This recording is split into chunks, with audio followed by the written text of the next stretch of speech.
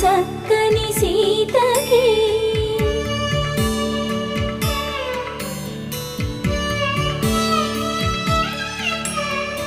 ఎర్ర జాబిలి చేయి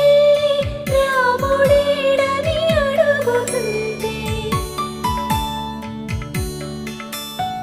చూడలేదని పెదవి చెప్పే చెప్పలేమని కనులు చెప్పే నల్ల పూసైన